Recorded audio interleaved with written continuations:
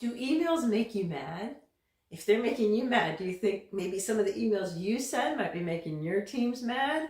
Well, stick through this video because I'm going to give you 5 tips to more effective uses of email so you're not making your teams mad. This is Kathy Parry, corporate energy expert, helping you and your teams power up. Hey, so we all know we are inundated with emails, sometimes just way too many to even get around to answering, right? But not only are we overwhelmed, we just get frustrated. And often that's because the sender just doesn't get the right way to send an email. Could you be one of those senders? Are you sending efficient emails? Are you sending emails that might be making your team mad? Well, I'm going to give you these 5 tips so that you can better communicate via email and be a better leader, director, manager by communicating effectively with email. So the first of all, they're too long.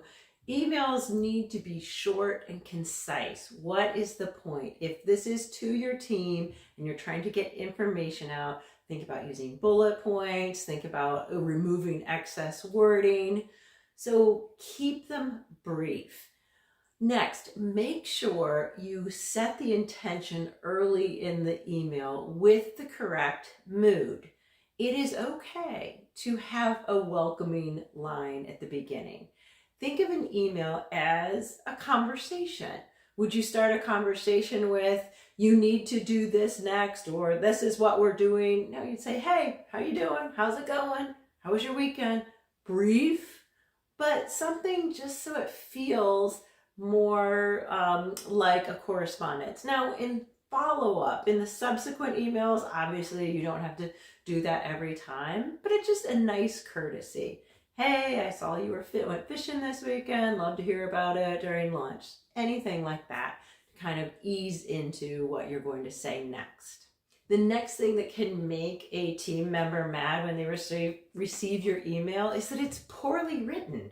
You know, we need to use proper grammar, have language that makes sense, don't, have run-on sentences or short sentences. Do a quick double check. I know sometimes we're just sending things off so quickly, but that's when mistakes get made and misinterpretations happen. So read through, do a quick proofread before you send it out. The next mistake you might be making is you're sending it at the wrong time, right? So maybe you're sending a request for something, 15 minutes before you know that person is leaving for the day. And then that just sets the wrong tone. Do they expect me to stay and get this done? And especially if you're not clear in the email, you might not be saying, hey, by the way, it's okay to get this to me in the next couple days.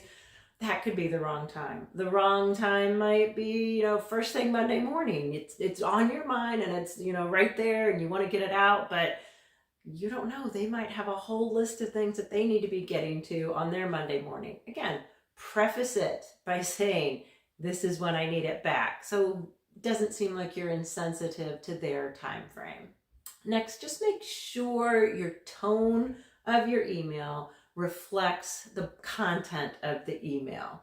So if it is an email that is just task oriented, you can have those tasks listed in the email. Make sure the tone is not aggressive or passive aggressive or too demanding.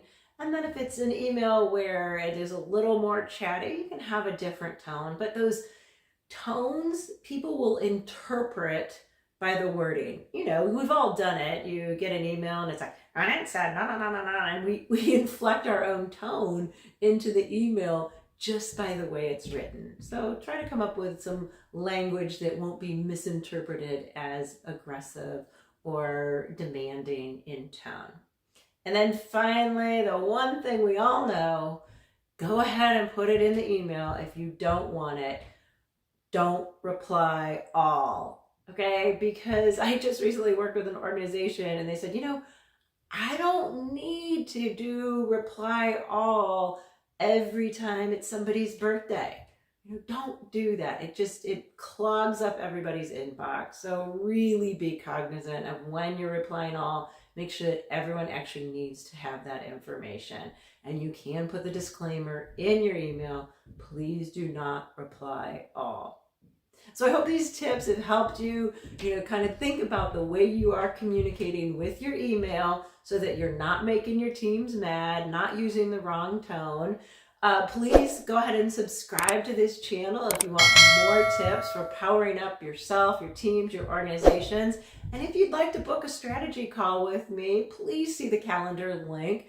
I'm always happy to hop on a 30-minute strategy call to help senior living professionals figure out how they can power up so they can serve with joy. Thanks so much for watching.